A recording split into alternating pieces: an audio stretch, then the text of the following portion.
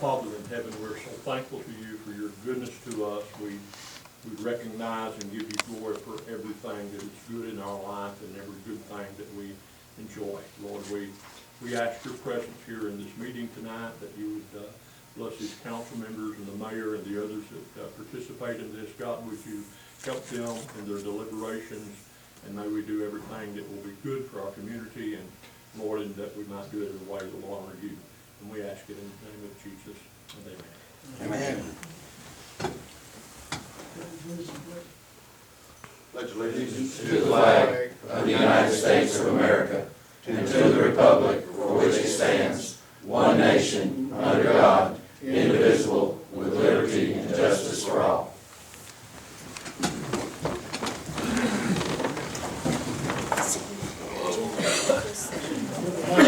There will be a closed meeting at the end of our regular meeting today. In the package, you have minutes from the regular meeting, the closed meeting on October the 20th. Motion. Second. Motion is second. Any corrections, comments? All in favor, say aye. Aye. Any committee reports, public safety committee, Nah, I really don't have anything right now. street committee. Yes. We had our meeting the other day, and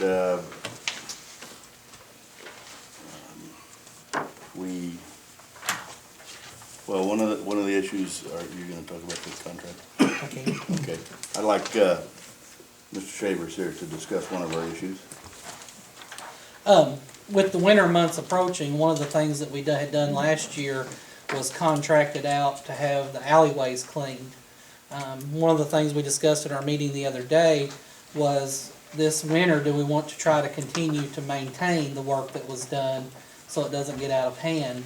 And if so, potentially using the part-time help that's working as the mowing crew now, and let them continue to work part-time through the winter months, maintaining the work that was done. Do that in a motion. Was that a motion? Yes. How about a motion? That'll be a motion. Motion and a second, discussion. Is there money, where is there money to pay? That's one of the things. I mean, I know last year the money came from citywide cleanup money is what was used to do that, I believe. I don't know, is that a possibility for this? Yes, be the wish of the council. Yeah, because I didn't project past, they're not, basically last Friday was their last day, so I haven't projected for the November, December, January, February, kind of the March, until we pick it up again, so. we Your just money came out of your Well, it budget. was in property maintenance, so we just need to know, Councilman Shaver talked to me about this, and we don't have a problem with it, because I'm sure they would like to do something to keep working, and, you know, it's just, we need to know where the salary money's gonna come from, or if it can be put back in there so we aren't going over budget. You know approximately how much it would be? Oh, I found out a while ago, I'd have to put a pencil to it. How many hours a week were they working in the mowing? About 29 hours a week, at 10, 50 an hour. You take that 30, 90 hours a week roughly, so you're talking, you know, 10, 50 times 90. $5,000. How much we put back to cleaning? 125? Yeah. Each year. Then we're gonna have to look at too, if it, cold weather snows or something, the probably not gonna be working, so, you know, that, Yeah, it's it'll 125. leverage down. It's not gonna be an every week thing, for sure. But, you know, I don't know, if we're looking to a mandatory job over there in Pool Street, getting those trees removed, and I don't know where else to take that money, but out of the city beautification, whatever, which is part of that 125. And isn't that where you've been taking the money for the demolition work also? You talk about the houses and stuff, demolition? Mm-hmm. Yeah, there was some money set aside for that in the budget. Right. It's not part of that cleanup though, is it? I don't think so. I believe, was it capital improvement, I don't have that budget. I don't think there's a separate line. Do you have an estimate on the tree removal? Mr. Withers? Yes, You have an estimate on the tree removal? yes, I do have 5 or 6 of them, I like bid on it. It'll be at least $6,000. Yeah, I mean, it may be something if you want us to back up and look at money-wise, we can, and then bring it back to the table, that's not a problem. That would be a better How many idea. weeks do you project it would take? I think with the contract work before, was it 3 months, Randy, maybe, that they worked? Almost 3 months, and, you know, that was a lot more than 3 people, but we've got a lot of the big trimming back. A lot of this is just regrowth from last year, the spots they didn't hit, and, you know, some trimming around stop signs and that type of stuff, you know, I mean, You're basically looking at $12,000, $13,000 a week. plus you're gonna have some expenses for You always- fuel and a little bit for equipment. A lot of it this year is gonna be with a pole saw to reach the taller stuff, and then just the loppers, you know, where before they were needing bucket trucks and that type of stuff. You know, I mean, I think a lot of it's just gonna be the hand trimming. There are places, there are a lot of places in the city that need that kind of work, besides the alleys, you know, Randy, them are covered up, but there are corners everywhere that you can't see around. But did we not put that out for bid before? Last year is the first time it's been put out, but yes, it was put out for bid, and we had one bid. Like $80,000? Because it was contracted out, I think, at $80 an hour, wasn't it? But that included bucket trucks. But Mayor Crafton wrote up a list of stuff they had to have and everything. You know, the bucket truck and certain trailers and so many chainsaws and so many people and all that. You've got a motion and a second on the floor. Any more discussion? What's the motion? I'd like to see us go to table that discussion. If you Yeah. agree to table it, Yeah, and we can continue to develop it as a You want to committee. table it and bring it back? Yes, sir. we do that. No more research, okay? Okay. So good. I got a few more things though. Yes, sir. We looked into the traffic study or the issue on Ely and Starn Street. And at this point, we do have the issue of not controlling traffic flow with stop signs. And so I'd like to request if we could maybe step up some police presence in that area and see if we can. Leave it up there, I'll Thank keep it you. going. See what we can do with that then.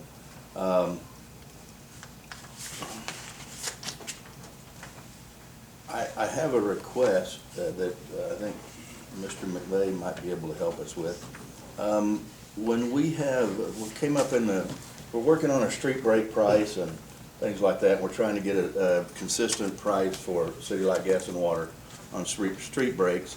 And as we worked on this, we began to think about things such as if somebody owed money from a previous street break, or if they had back taxes, or if they didn't have their license for certain things, even though they're free. We don't have a method at this point to tie all that together to where everything, or if there's a court, some money owed to the court, whatever. Is there a way that we could? Separate the court fine, separate the court fines with everything else. Okay, but the rest of it then, is there any way that we can tie these things together in some manner to make sure that if somebody owes one segment of the city, they're not, I mean, it will help us with collections in terms of citywide issues. I don't. Maybe the way. That's just a suggestion that came out of that committee meeting. Yeah, I meant to think of the way. Okay. So I'm gonna leave that to you, Mr. Mayor, to see if you can, as a suggestion. Yeah, set aside a limit, eliminate court fines from consideration there, because the collection of those are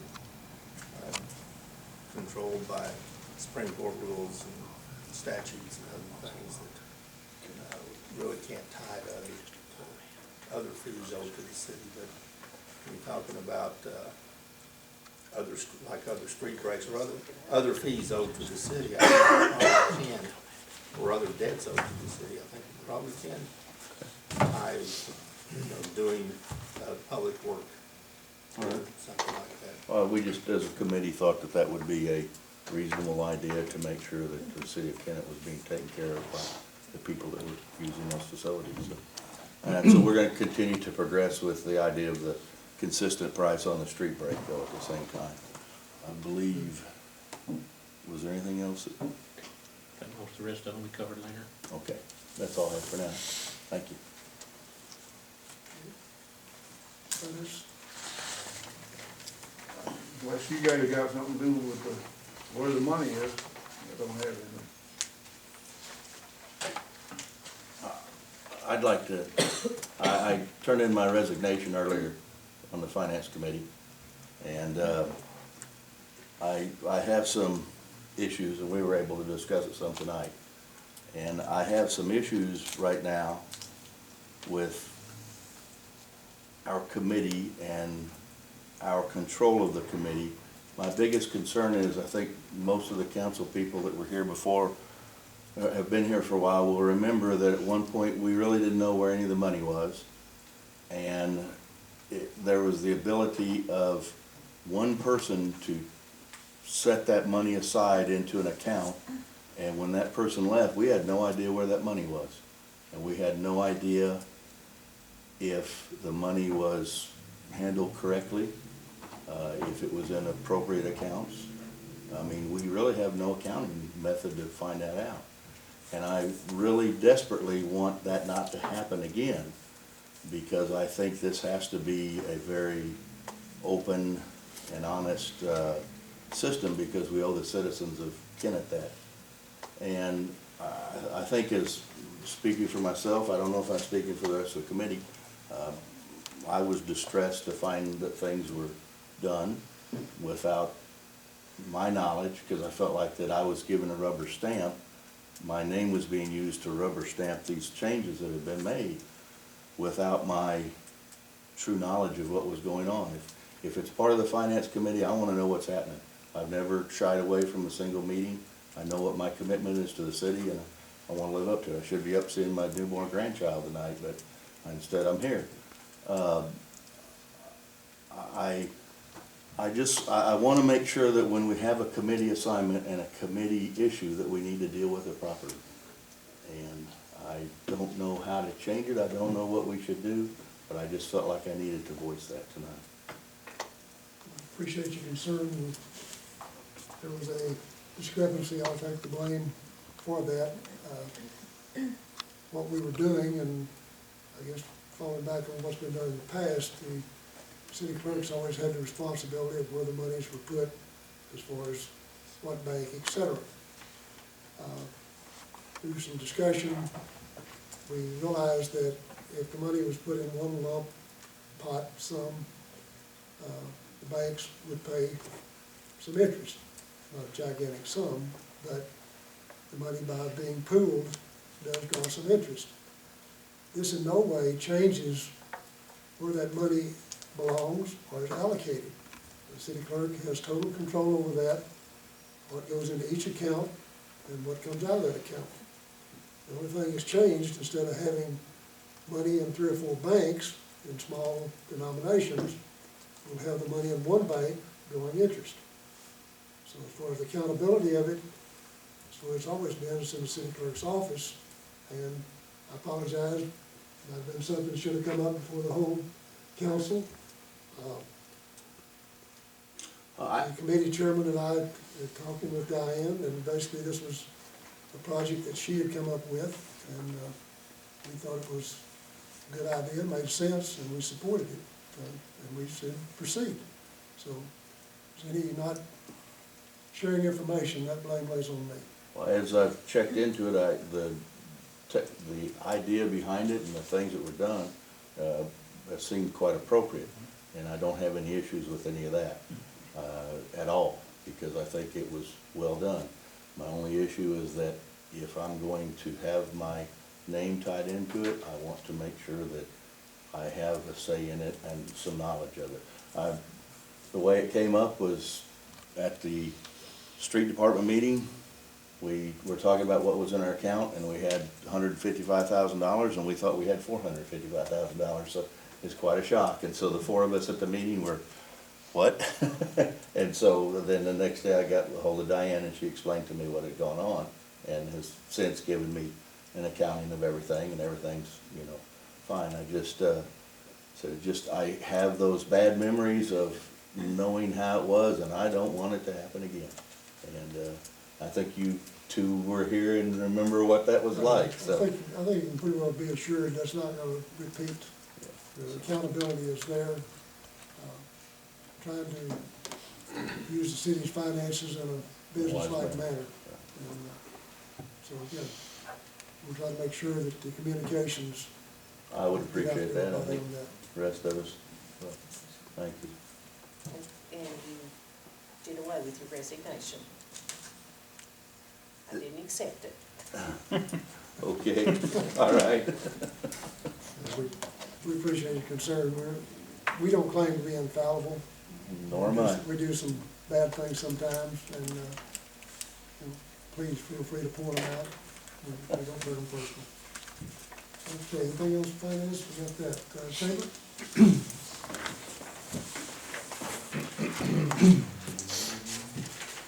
I got a bag of tricks.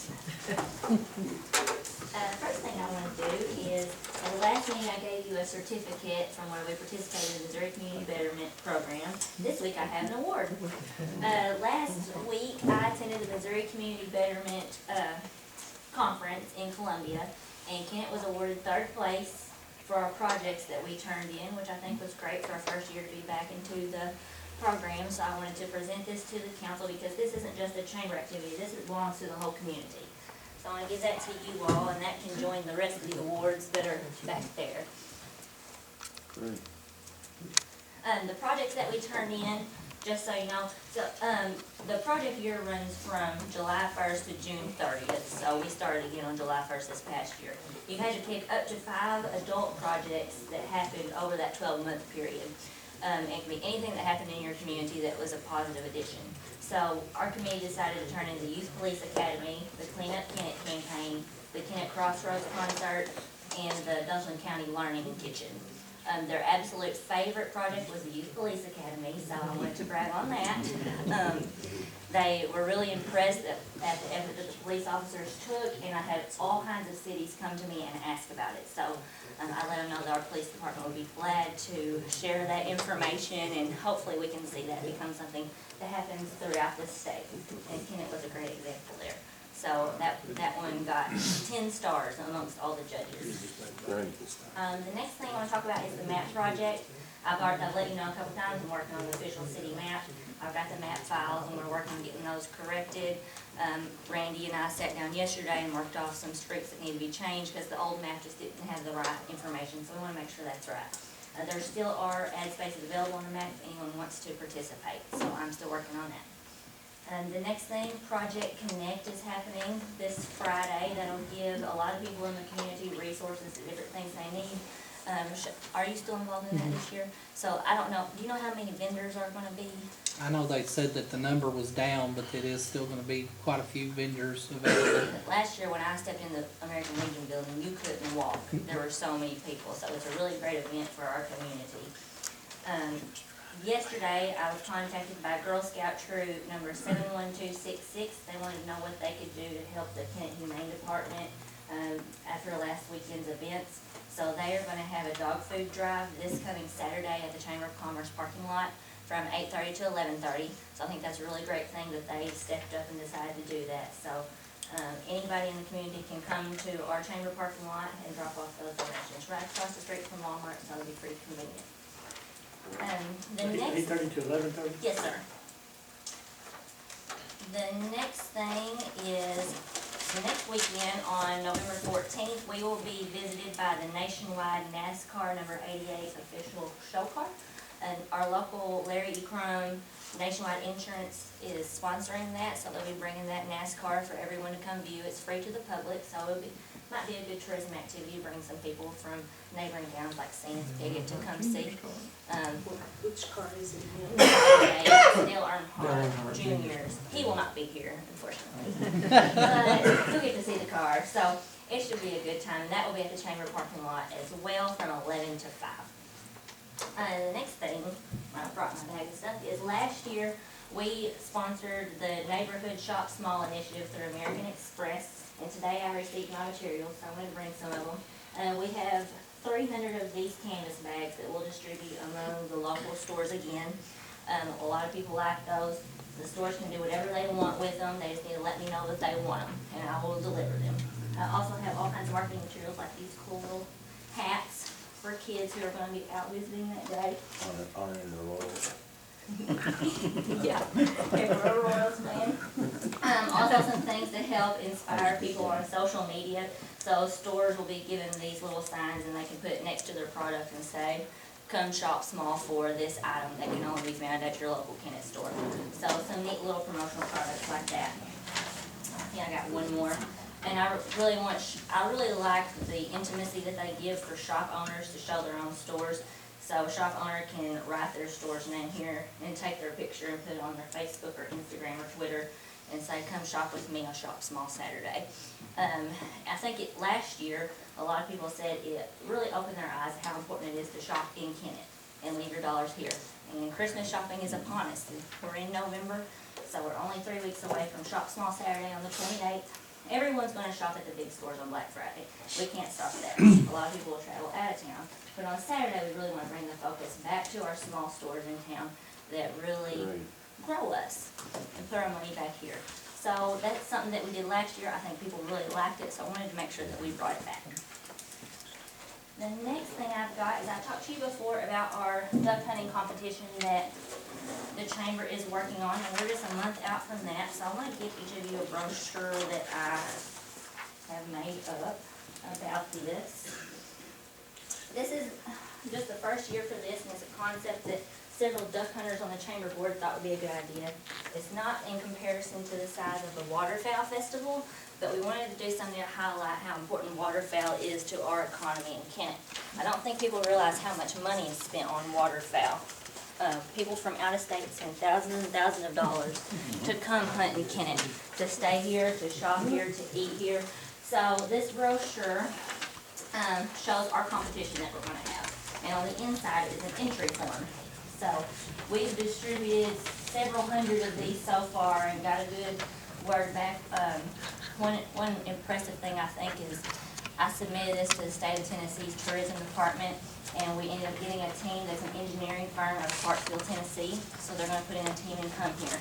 While that team from Clarksville is here, they're going to get a chance to look at our community, hunt, engage, and network with people here, and who knows, that may end up with a new business.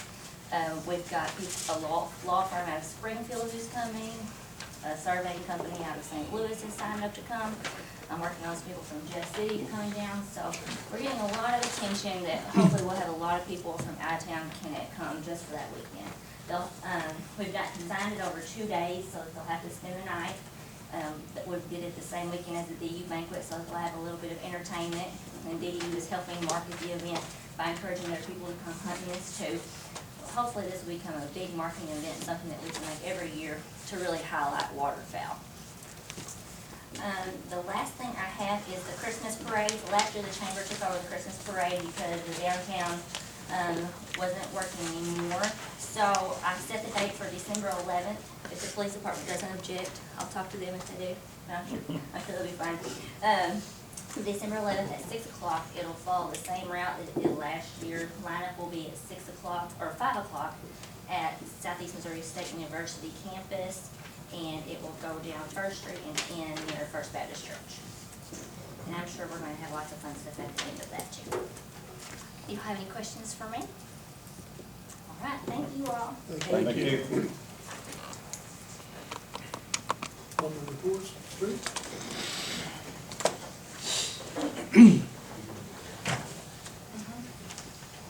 Tonight, I'd like to start off with a little bit more than a rumor, but it doesn't directly involve me, but it's something people have been discussing for a long time. I've met with MoDOT inspector and the foreman for Chester Bross, the company that's going to be doing the paving around the bypass.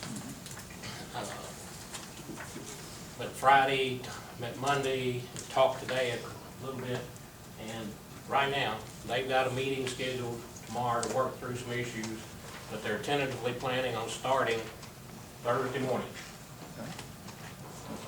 at Dairy Queen going south or west on 412. Okay? That's the good news. The bad news is, folks, this is really gonna be a traffic problem, okay? I don't think we've seen much of anything like this in town, except for the Delta Fair Parade. For what that causes the police officers, shutting down highway coming through town. Their equipment, where they're paving, will be sitting out 2 to 3 feet in the traffic lane. So there'll only be one lane of traffic. Starting there at the Walmart lights with the left turn lane with the pass-through traffic, they will have flaggers. They'll be experienced flaggers. They've talked about the issues and the problems here, but there's still gonna be backups on both ends a long ways, and people are gonna get upset. I'm just a messenger. They asked me to come and talk to you all and inform you. I've already talked to Chief Dennis a little bit about this and everything else. But this is a MoDOT project, but I think, and Chief has agreed, that this is something that, possibly they can try to help out there a little bit too, at least to try to help control the speed and so on. For them to go down through there, they have to take out the chat that's been put along the side of the road to make a little bit of a ramp. So they've got a machine that's going to do all of this and reset the grade off the springs. Every time they have to stop, it basically stops the whole process. The foreman told me he's hoping to get maybe 2,000 feet a day, because they will come in there, they will stop the traffic, they'll put their machine in, and they'll run it down through there, setting the grade and getting the chat out. Then they've got to come behind it and put all their steel work in it before they can start the paving crew through here. So it's not going to be a fast process. They're going to work as well as they can, they said, with all the property owners up and down through there to try to provide as much access as they can. And the same way with our streets. But if they would skip, well, let's say 5th Street right there, where we've just come out there with pavement near Mr. Palmer's place. If they have to come back, they have to start all over. They have to reset their machine there. They have to, their first machine to take the chat out, they have to reset their their steel in there, and then they have to, come through and pave it. Then they have to pick up and they have to move to the next spot. So there are going to be some people that probably, and I don't know where, they haven't discussed that with me, but I'm guessing with Grecian and the Career Center down there, that only one of those driveways. They've already been by there and they talked to us from how. Okay, well, I mean, like I said, but it's gonna be inconvenience to other people other than than your business. So, they're trying it, but this is part of progress, unfortunately, so. But, they asked that I bring this up, discuss it tonight, have you all tell all your people, ask the news media to make a big issue out of this. As much local traffic as we can keep away from out there, it's going to be better, because there's going to be enough 412 traffic coming through that it's still going to be a problem. This could change. I know Charles had the area engineer on. I don't know if he'll be here tomorrow for the meeting, but I will be in touch with them after the meeting, and we'll get information back out again if something's going to change. But I'm afraid this, with the weather starting now, they want to get as much done as they can. I'm afraid it's going to be a start and stop process. So, that's the message I have for you on that. Good news, and try to remember if you go that way. Thursday. And they thought if everything goes as planned, it'll last about how long? Till they finish. Yeah, until, at that intersection. Until they finish. They hope to get 2,000 feet a day. That would be a good day. But where they hit driveways, it's going to be a lot less.